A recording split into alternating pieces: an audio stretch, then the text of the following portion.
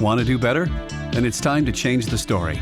Welcome to our show about new visions currently transforming the world through the confluence of art, tech, and innovation. And now your hosts, Michael Ashley and Neil Sahota. Welcome to another episode of Changing the Story. Got a fantastic guest and a great friend of mine, Van West. He's an accomplished strategic business development, product, and marketing executive with 15 years experience leading teams in startup to Fortune 500 scale environments. Van is a lifelong entrepreneur. His passion is in solving painful problems with simple solutions. I love that. As the founder and CEO of Vocalytics, he's helping healthcare, defense, retail, and others improve care delivery and service with deep voice and sound intelligence. Van is a California native and resides in Orange County with his family. Van, welcome to the show. Neil, thank you so much for having me. Hey, look, I've known you for a long time and you've got quite the storied history, an amazing journey. Maybe you could share a little bit with the audience. How did Van become Van? Such a great question. And happy to share. Love to share the story. And I do want to say the journey's just getting started here. So, I'm a California native. Before I was 21, though, I'd been to all but 3 states, so a little well-traveled. Got a kickstart to my career, I'd say when I was about 4, 5, 6 years old, playing with Legos. Played some team sports, soccer, swim team, whatnot as a kid. Grew up, thought I was going to be an architect. At least that's what my high school guidance counselor told me.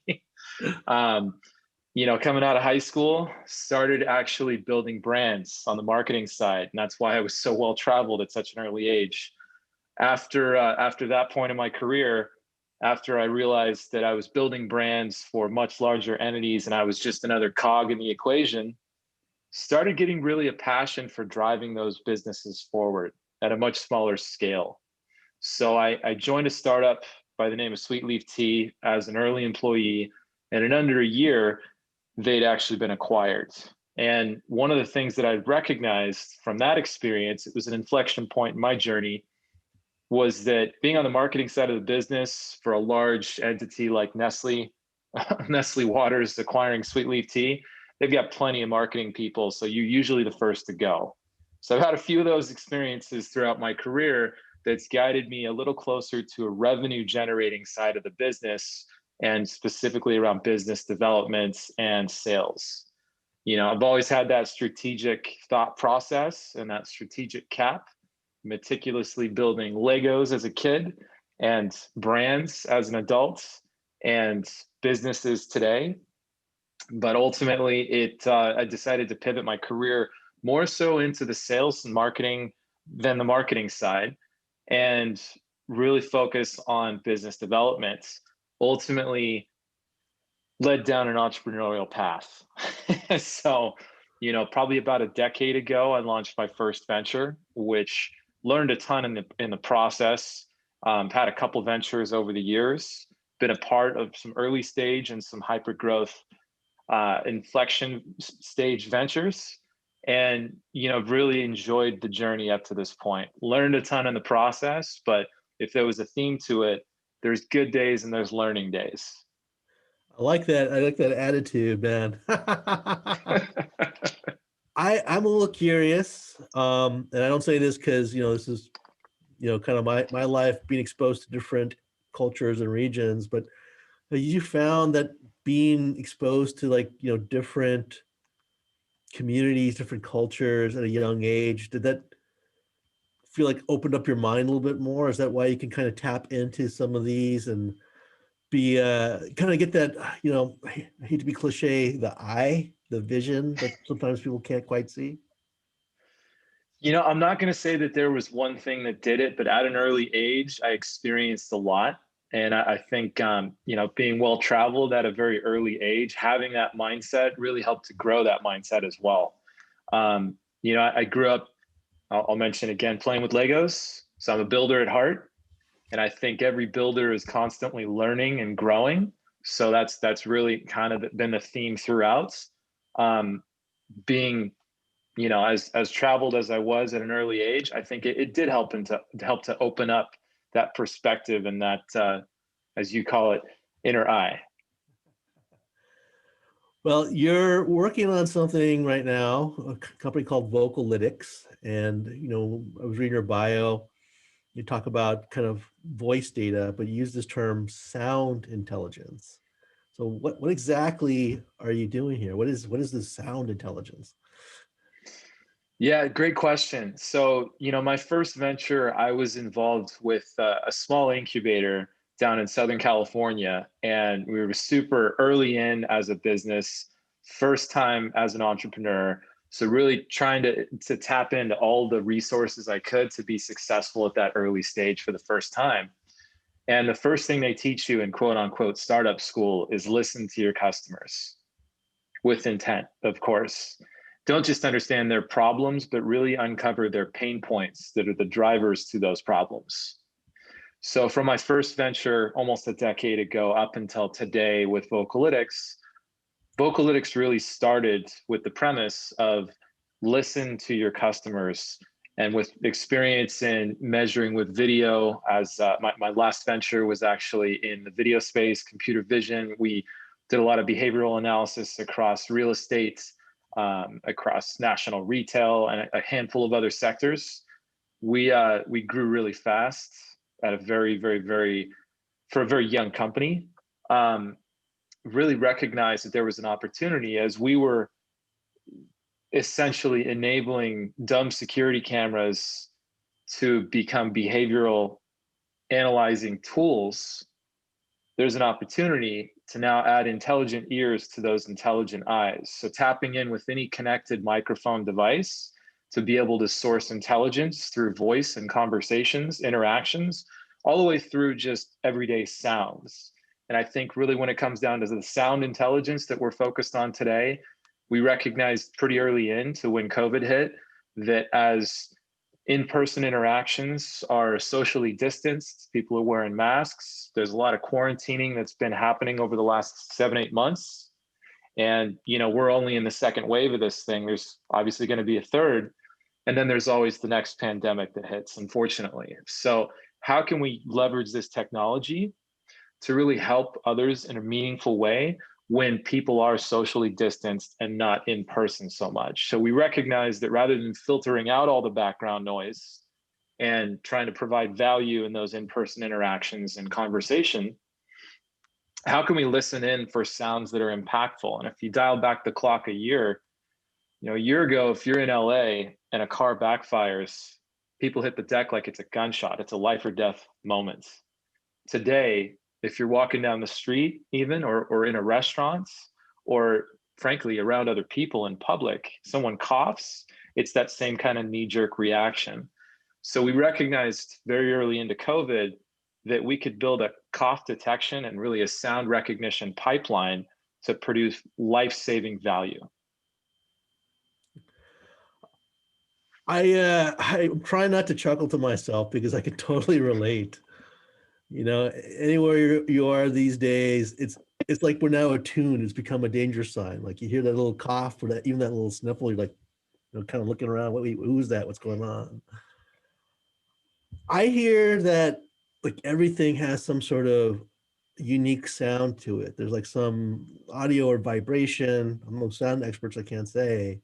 That I think I was even reading about some research that's done that said that like COVID-19 has its own sound, and I'm wondering if they can detect that. Why haven't we like gone down this path earlier is what I always wonder, right? Because we know the science, we know some of these things, but I feel like suddenly there's this wave emerging where we're now realizing there's a whole vast set of data, like audio data we've never tapped into, and what you're calling like sound intelligence. What's kind of the spark you think that's triggered this wave? Yeah, great question. So I'm gonna say that research that's been done and that signature of understanding what COVID sounds like, that profile, and you got COPD, you got asthma, you've got so many other upper respiratory ailments in today's world, in today's society that affect. I mean, COPD is the fourth leading cause of fatalities in the world. So, there's so many nuances to those illnesses and diseases that we've actually recognized. I think, this goes back to my first experience as an entrepreneur. Start learning that team and timing are the two most important things to why businesses are successful, specifically technology ventures at this stage. So recognizing that, we've got some fantastic members of the team that are incredibly brilliant, in fact. So we know we have the capabilities. Is this the right time? And I think to answer your question directly here, I think it's the right time, not just because COVID's so rampant. It's the worst pandemic of worst health crisis, frankly, of our lifetimes. But aside from that, it's also the right time with technology. The technology is finally there. It's finally right enough to be able to identify those vocal biomarkers and recognize those trends algorithmically. The technology from a hardware, software, processing, all of that, we're on the cusp of quantum computing here, and there's going to be a lot more progress as a species. I think that's actually fascinating that we may actually have the ability, like if someone coughs, to tell is that, something stuck in the throat versus a COVID cough or maybe a flu cough even. Do you see this becoming more prevalent? I mean, how would we tap into this? And it just becomes really what the premise, I think, where we're just scratching the surface today with Vocalytics, and frankly, as an industry. Sound recognition has been around for a very long time. Microphones specifically today in the last 30 years have become incredibly more passive, incredibly more discreet, incredibly more cost-effective components as well. And there's so much more widely spread. In every modern cell phone today, there's 4 microphones for noise canceling, for the acoustic profiles, for cleaning up the background noise, all of that. And then you've got, I'm talking to you on a set of AirPods right now that have 3 microphones in each ear and you can barely see them. So microphones are everywhere in the world today. The capture device is widespread. The performance behind the hardware, and then you got the performance behind the software as well to clean up the background noise, or frankly, in our case, lean into it and start classifying the nuances behind it and within it. I think that's really what boils down to where we're at today and where we're going in the future. I think there's like a huge opportunity here, man. I think you're actually onto something very big. And I think that way because, as you know, and most of the audience probably knows, I'm always talking about mindset, right? If you're not in the right mindset, you're not going to be able to, to innovate, disrupt. But if I remember right, I think most people are like visual learners. I think it's like 90%. And we always, we're so accustomed to processing vision information that we tend to neglect some of our other senses. And what you're talking about reminded me of an interview I do, hosting the podcast for United Nations called Artistic Intelligence, where there's an artist using AI, and what she is trying to do is she's wondering what sound looks like, right? And so she looks at stuff like, okay, I hear this noise or whatever. What does it actually look like visually? But she never, I don't think she thought, or even I didn't think, and maybe most people don't think that, like, well, what does that sound actually mean? What are the metrics, the analytics around it? What's the metadata I could actually extract from this, right? What's that aha moment? If there's, is that a kind of a good way to kind of frame the goal of Vocalytics, to realize that sound in of itself is a untapped data resource? Totally. And I think to even maybe dig a little deeper into that too, I really, frankly, the way we process our technology today, we actually use vision on the spectrogram. So we actually take a snapshot of the waveform or the spectrogram, and then we run that and compare that with our models to recognize whether it's a gunshot or a cough or whatever life or death moment. Could be glass breaking or could be another event. Could be, even just decibel levels increasing by 20% month over month, and grandma may have hearing loss or her hearing aid may be malfunctioning. Analyzing those trends algorithmically, which to go back to your point earlier about COVID and the research that's being done today to recognize those sound profiles, even for asymptomatic but COVID positive individuals, that specific technology is not just one algorithm or one model. It's actually 3 different neural networks that are working with an algorithm with those nuances to understand vocal biomarkers, sentiment, and also those cough samples. So it's super fascinating to me. We're really just scratching the surface today, and we're really excited with the direction we're heading down and the value that we can provide tomorrow to save lives, honestly. Oh, I believe it. I remember, I think Amazon a year and a half ago started to see if they could convert their Alexas into essentially a home security system as well. And they were trying to teach Alexa, like, what's the sound of broken glass, right? But then they realized you have to distinguish between someone breaking a window and someone dropping like a wine glass. You don't want to Alexa automatically call the cops. How hard is it to do something like that? It's not easy. That's the short answer. And I'll throw another example in there. I've got a couple Alexas around the house, and my mom was listening to TV, and I'm out here in Minnesota. I got an alert from Alexa in the app, broken glass in this room, and it was my mom's room in the house.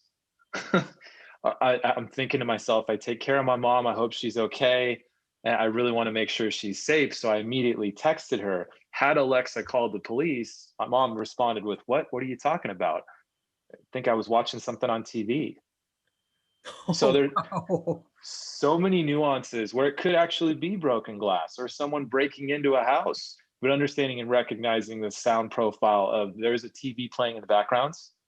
And this is the sound source localization. This is actually where the sound came from.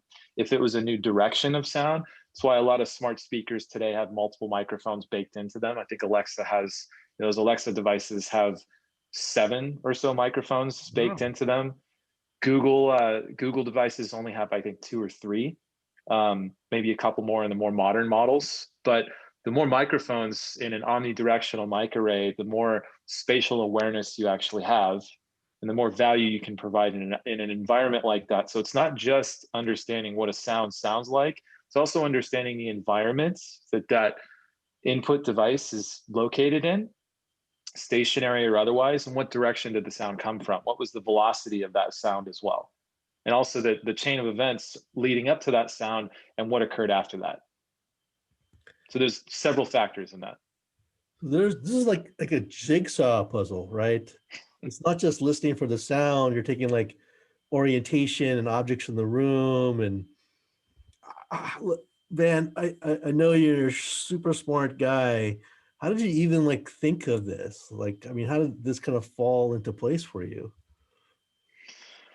It all comes back to listen to your customer. And I think we had the right team to recognize that this was the time to lean into those critical life altering sounds.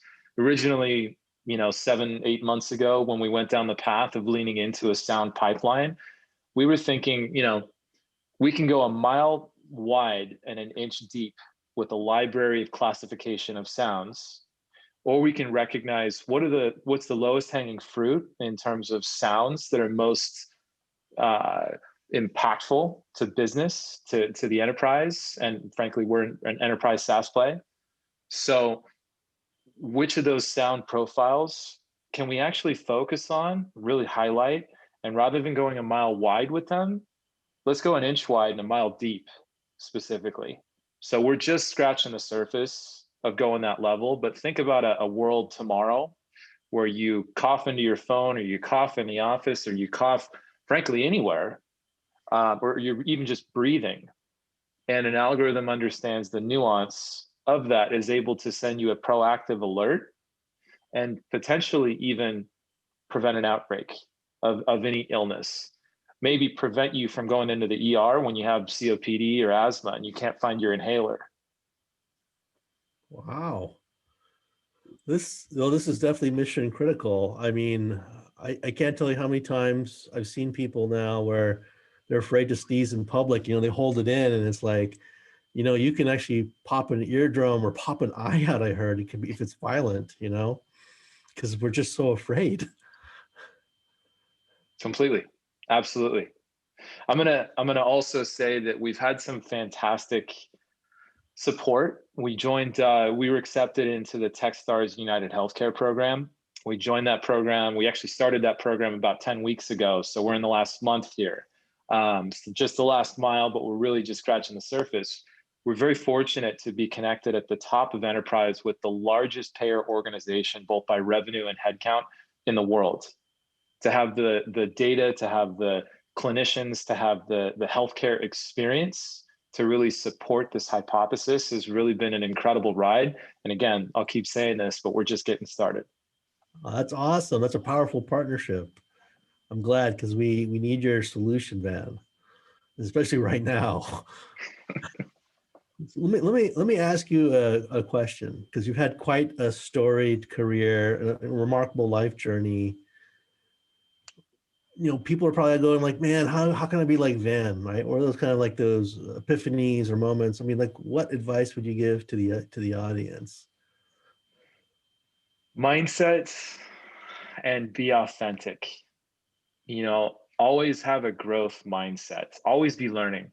There's no day I wake up when I don't, filter through, and I'm not going to call it the news, but I'm going to say my news, my sources, and my sources. I'm going to say, Neil, you're one of them. But there's not a moment in my life where I wake up in the morning and say, I know all, I don't need to talk to anyone. I surround myself with a group of mentors such as yourself that are way smarter than I am, that have storied life experiences that I can take away something from them and turn it into not just a learning, but an opportunity to gift, to apply that knowledge, really truly learn how that applied knowledge worked for me or didn't, and then share it with the world as well. So are you saying that your motto is ABL, right? If you ever seen Glengarry Glen Ross, ABC, always be closing, or the Saturday Night Live version, SNL's ABC, always be cobbling. ABL. Yes. Yeah, I'll always be learning. I would say ABG, always be growing.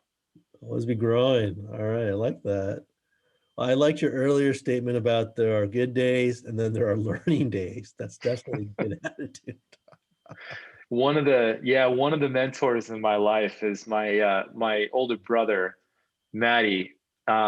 He's a teacher and a coach and has been for 25 years, professional soccer player as well. And he's always been an influence in my life. And I'm going to call them micro philosophies. And he's got more than a few of them. That's one of the gems that he chose to gift me that really stuck probably 6 or 7 years ago. And so, always be learning, always be growing. And there's good days and there's learning days. He's a coach as well. So he's kind of pivoted that into there's good days and there's winning days. So it really just depends on mindset, where you're at and where you want to go. I couldn't agree more. I mean, I believe so much of life is based on our attitude. And we forget that. Right? Even like our health. I know they've done studies that shown that if you're more optimistic about your treatment plan and you're hopeful, your actual recovery actually goes a lot smoother and a lot quicker. Absolutely. Couldn't agree more. Well, Van, this has been fantastic. I'm sure there are people out there that would love to learn more about Vocalytics, what you're up to. What's the best way for them to keep in touch with you and see what's the latest going on? I'm going to say probably the best way to keep in touch with me is find me on LinkedIn. Just linkedin.com/in/Van J West, V as in Victor, ANJWEST. Feel free to connect with me, reach out to me direct. If you have any mind-boggling ideas that you want to bounce off me, I'm more than happy to go down the rabbit hole. Aside from that, Vocalytics, just vocalytics.ai, VOCAL, vocal, YTICS.ai. It's not the .com yet. And my email with Vocalytics is my first name, Van, V as in Victor, A-N, at vocalytics.ai. Well, awesome. We'll make sure all that information is in the show notes for our audience. Van, thank you for sharing your story. Thank you for giving us the advice on ABG. And it's been a fantastic, mind-blowing conversation. And I'll definitely never look at sound intelligence the same way. Love it. Neil, thank you so much. I'm honored to be here. It was really a pleasure. Awesome. Hey, if you like today's show, please remember to hit the like button and leave a comment. If you've been enjoying the Changing the Story podcast series, please subscribe and share it with your friends. Thank you.